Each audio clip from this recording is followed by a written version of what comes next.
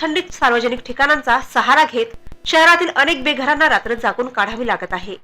हक्काच्या निवाऱ्याची ऊब नशिबात नसल्याने हे बेघर मिळेल त्या ठिकाणी रात्रभर कुडकुडत पडलेल्या अवस्थेत असल्याचे दिसून येते। महिन्याभरापासून वातावरणात बदल झाला आहे। दिवसेंदिवस गारवा वाढत असून थंडीमुळे नागरिक त्रस्त झाले आहेत। अशा परिस्थितीत सार्वजनिक ठिकाणांचा रात्रीचा निवारा करून जगणारे अनेक बेघर पाहावयास मिळतात। परभणी शहर हे रेल्वे जंक्शनचे ठिकाण असून येथून शेकडो नागरिक प्रवास करतात।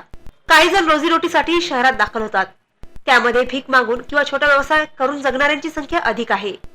थंडीपासून बचाव करण्यासाठी पुरेसे कपडे किंवा पांघरूण नसताना अशाही परिस्थितीत सार्वजनिक ठिकाणी ही मंडळी रात्र काढत असल्याचे दिसून येते। सध्या हिवाळ्याचे दिवस असून उघड्यावर रात्र काढताना अडचणींचा सामना करावा लागत आहे। ही बाब लक्षात घेऊन रात्र निवाऱ्याचे काम त्वरित पूर्ण करावे अशी मागणी होत आहे। तत्कालीन सर्वोच्च न्यायालयाच्या 2001 साली आलेल्या निर्देशाच्या अनुषंगानं नगर विकास विभागानं संपूर्ण राज्यामध्ये अनेक ठिकाणी रात्र निवाऱ्यांची उभारणी केली। परंतु परभणी शहरामध्ये काही दिवसापासून आम्ही पाहतो की रेल्वे स्टेशनवर मुख्यतः कलेक्टर ऑफिसच्या परिसरामध्ये आणि इतर ठिकाणी उघड्यावर लोक बेघर लोक जे आहेत ते उघड्यावर राहत असताना दिसतात। मोठ्या गर्दीच्या ठिकाणी लोक आता हिवाळ्याचे दिवस आहेत आणि हिवाळ्याच्या दिवसामध्ये मोठ्या प्रमाणामध्ये थंडी वाढलेली आहे आणि या थंडीमध्ये लोक अक्षरशः उघड्यावर झोपलेले रात्री पाहायला मिळतात।